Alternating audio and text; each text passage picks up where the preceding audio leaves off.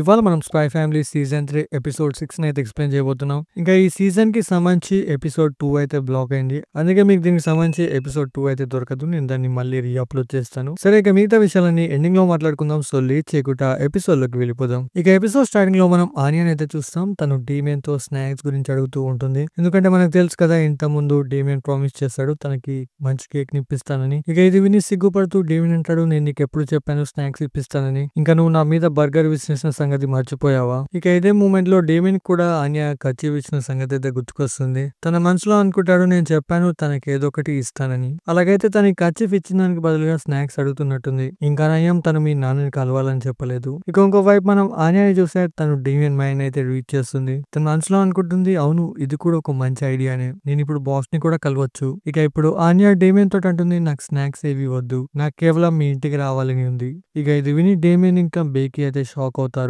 ఇప్పుడు డేమియన్ వాళ్ళ ఫ్రెండ్స్ అంటారు, డెస్మండ్ ఫ్యామిలీ మీలాంటి ఫ్యామిలీతో ఎప్పుడూ కలవదు. దీనిపై ఆన్య అంటుంది, మా అమ్మ ఇంకా డేమియన్ వాళ్ళ అమ్మ మంచి ఫ్రెండ్స్ అయ్యారు తెలుసా, వాళ్ళిద్దరు కలిసి నిన్న కాఫీ కూడా తాగారు. ఇది విని మిగతా వాళ్ళైతే షాక్ అవుతారు. ఇప్పుడు డేమియన్ అంటాడు, నువ్వు అబద్ధాలు చెప్పడం ఆపేయి. దీనిపై ఆన్య అంటుంది, నీకు కావాలంటే నువ్వు వెళ్ళి మీ అమ్మని అడుగు. ఇంకా ఇదే మూమెంట్ లో డేమియన్ కి తన చిన్నప్పటి నుంచి చేసిన మిస్టేక్స్ అనేది గుర్తుకొస్తాయి. తను ఆలోచిస్తూ ఉంటాడు, తను గనుక మా ఇంటికి వచ్చిందంటే తనకి ఇవన్నీ తెలిసిపోతాయి. ఇక తను సైలెంట్ గా ఇక్కడి నుంచి అయితే వెళ్ళిపోతాడు. తను వెళ్తుంటే ఆన్య అంటుంది, నువ్వు మమ్మల్ని మీ ఇంటికి ఇన్వైట్ చేయి. ఇది విని డేమియన్ ని నేను ఇన్వైట్ చేయనని చెప్పి అక్కడి నుంచి అయితే వెళ్ళిపోతాడు. ఇక ఇంకో వైపు మనం లాయిడ్ ని అయితే చూస్తాం. ఇప్పుడు ఇక్కడ మనం లాయిడ్ ని చూస్తే తను డాక్టర్ గా చాలా పాపులర్ గానైతే ఉంటాడు. ఇక్కడ ఉన్న వాళ్ళంతా తన్నే గ్రీట్ చేస్తూ ఉంటారు. దీన్ని చూసి మిగతా వాళ్ళు అంటారు, నిజంగా మీరు అందరిలో చాలా పాపులర్. ఇది విని లాయిడ్ మనసులో అనుకుంటాడు, నేను కేవలం అందరినీ నమ్మించడానికి ఇలా చేస్తున్నాను. ఇక లాయిడ్ వెనకాల మనం ఫ్యూనన్ అయితే చూస్తాం. తను లాయిడ్ ని అబ్జర్వ్ చేస్తూ ఉంటుంది. తన మనసులో అనుకుంటూ ఉంటుంది, మీరు ఎప్పటిలాగానే పర్ఫెక్ట్, ఇంకా మీ మధ్యలో వాళ్ళంతా ఉండడం నాకు నచ్చలేదు, నేను వెంటనే వాళ్ళని తీసేస్తా.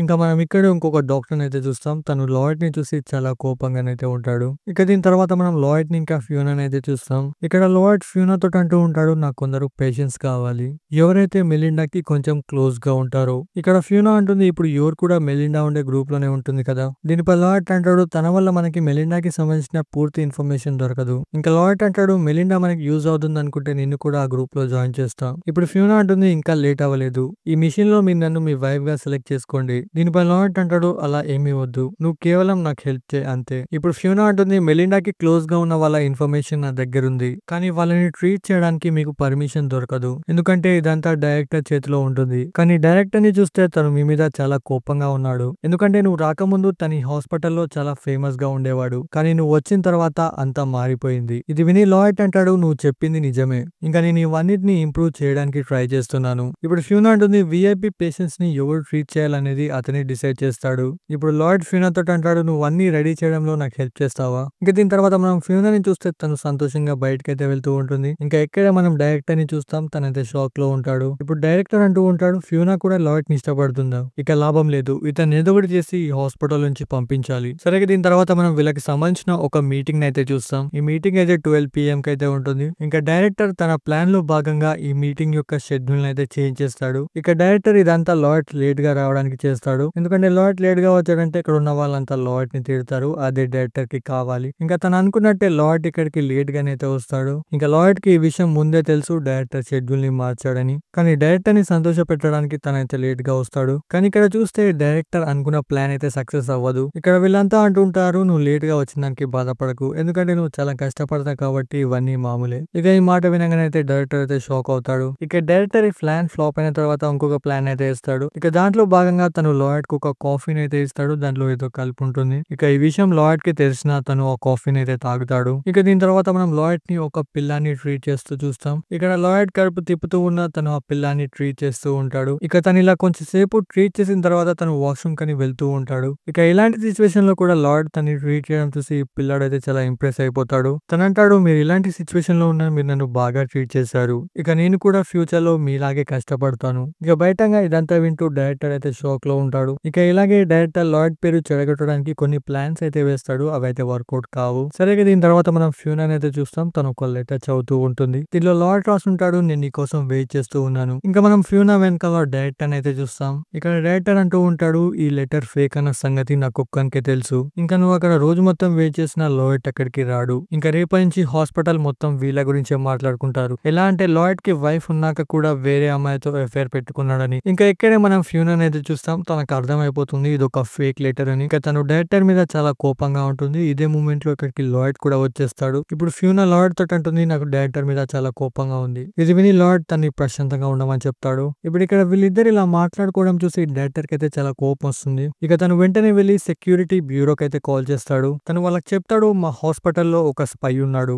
ఇక డైరెక్టర్ ఇలా చెప్పిన తర్వాత తన్ని కలవడానికి ఇద్దరు వ్యక్తులు అయితే వస్తారు. ఇప్పుడు వీళ్ళిద్దరిని చూసి డైరెక్టర్ అంటాడు మీరు మీ యూనిఫామ్స్ లో లేరేంటి? దీనిపై అతను చెప్తాడు ఆ స్పైకి మేము వచ్చామన్న సంగతి తెలిస్తే అతను పారిపోవచ్చు. ఇక వీళ్ళిద్దరు లాయిడ్ కి సంబంధించిన క్యాబిన్ అయితే చెక్ చేస్తారు. దీంట్లో వీళ్ళిద్దరికి ఒక బుక్ అయితే కనిపిస్తుంది. ఇంకా ఈ బుక్ ని ఇక్కడ పెట్టింది ఎవరో కాదు డైరెక్టర్. ఇప్పుడు ఈ బుక్ గురించి చెప్పాలంటే ఈ బుక్ లో ఈ హాస్పిటల్లో ఉండే అడ్వాన్స్ మెడిసిన్స్ కి సంబంధించిన ఇన్ఫర్మేషన్ అంతా ఉంటుంది. ఇక దీంట్లో డైరెక్టర్ ప్లాన్ వచ్చేసి చాలా సింపుల్. అదేంటంటే లాయిడ్ ఈ మెడిసిన్స్ కి సంబంధించిన ఇన్ఫర్మేషన్ ని వేరే దేశంతో షేర్ చేసుకుంటున్నాడు అని చెప్పి అతన్ని ఇరికిద్దామని అనుకుంటున్నాడు. ఇక దీని తర్వాత మనం లాయిడ్ ని అయితే చూస్తాం. తన దగ్గరికి వెంటనే అదే స్పై వచ్చి లాయిడ్ ని అయితే అరెస్ట్ చేస్తాడు. ఇక లాయిడ్ ఇలా అరెస్ట్ అవ్వడం చూసి డైరెక్టర్ చాలా సంతోషంగా ఉంటాడు. ఇప్పుడు లాయిడ్ దగ్గర ఉన్న అతను అంటాడు నేను ఎప్పటి నుంచో ఇది చేద్దామని అనుకున్నా. ఇక ఇదే మూమెంట్ లో మనకు తెలుస్తుంది ఈ గెటప్ లో ఉన్నది ఎవరో కాదు ఫ్రాంక్లీ. ఇక ఫ్రాంక్లీతో పాటు ఇక్కడ ఫ్యూనా కూడా ఉంటుంది. ఫ్రాంక్లీ అంటాడు నువ్వు అర్జెంట్ మిషన్ అని చెప్పి నన్ను పిలిపించావు. ఇంకా నువ్వు చెప్పినట్టే నేను ఫోన్ లైన్ ని హ్యాక్ చేశాను. ఇప్పుడు ఫ్యూనా చెప్తుంది వెనకంగా డైరెక్టర్ ఇదంతా చూస్తూ ఉన్నాడు.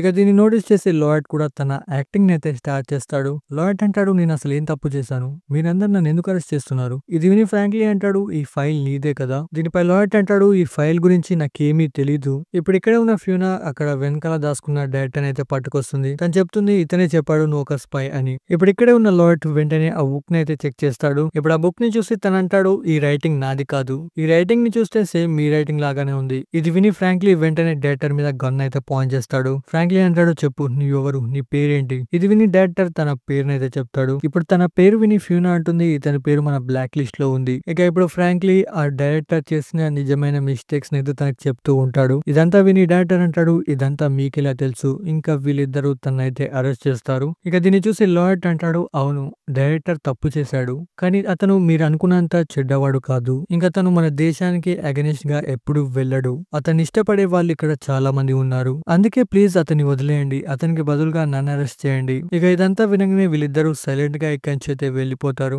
ఇక ఇంకో వైపు లాయిడ్ ఇలా చేయడం చూసి డైరెక్టర్ కి అయితే చాలా సంతోషంగా అనిపిస్తుంది. ఇక లాయిడ్ అనుకున్నట్టే డైరెక్టర్ తనకి ఇంప్రెస్ అయిపోతాడు. లాయిడ్ మిషన్ కూడా కంప్లీట్ అవుతుంది. ఇక దీని తర్వాత మనం వెస్ట్ లో ఉండే ఒక సీక్రెట్ ఏజెన్సీని అయితే చూస్తాం. వీళ్ళకు ఇన్ఫర్మేషన్ వస్తుంది రెడ్ సర్కస్ అనే ఒక టెర్రర్ గ్రూప్ యాక్టివేట్ అయిందని. ఇక దీని తర్వాత మనం ఆ టెర్రర్ గ్రూప్ కి సంబంధించిన లీడర్ అయితే చూస్తాం. ఇక్కడ వీళ్ళంతా బిన్ సిటీకి అయితే వచ్చి ఉంటారు. ఇంకో వైపు ఆన్యా ఇంకా వాళ్ళ క్లాస్మేట్స్ కూడా మ్యూజియం ట్రిప్ అని చెప్పి ఇదే సిటీకి వస్తూ ఉంటారు. ఇక్కడ మనం చూస్తే ఆన్యా అయితే చాలా ఎక్సైటెడ్ గా ఉంటుంది. ఇంకో వైపు మనం డేమియన్ ని చూస్తే తను ఆన్యా కోసం కొన్ని క్యాండీస్ అయితే తీసుకొచ్చుంటాడు. ఇప్పుడు డేమియన్ దగ్గర క్యాండీస్ ని చూసి వాళ్ళ ఫ్రెండ్స్ వెంటనే వీటిని తీసుకుంటారు. ఇంకా దీన్ని చూసి జార్జ్ కూడా తన దగ్గర క్యాండీస్ అడుగుతూ ఉంటాడు. దీన్ని చూసి డేమియన్ కోపంలో వాళ్ళిద్దరిని అయితే తిడతాడు. ఇక వీళ్ళ ముగ్గురిని ఇలా చూసి బేకీ కూడా తన దగ్గర ఉన్న క్యాండీస్ అయితే బయటకు తీస్తుంది. ఇంకా ఆన్యానేమో తనకి ఇష్టమైన పీనట్స్ అయితే తెచ్చుకుంటుంది. ఇప్పుడు ఆన్యా డేమియన్ తోటి అంటుంది నువ్వు డాగ్ ఫుడ్ తింటావా? ఇది విని డేమియన్ కి చాలా కోపం వస్తుంది. తనైతే ఆన్యాని తిడతాడు. సరే ఇంకో వైపు మనం ఈ బస్ ని చూస్తే ఇది మ్యూజియం వైపు కాకుండా వేరే వైపు అయితే వెళ్తూ ఉంటుంది.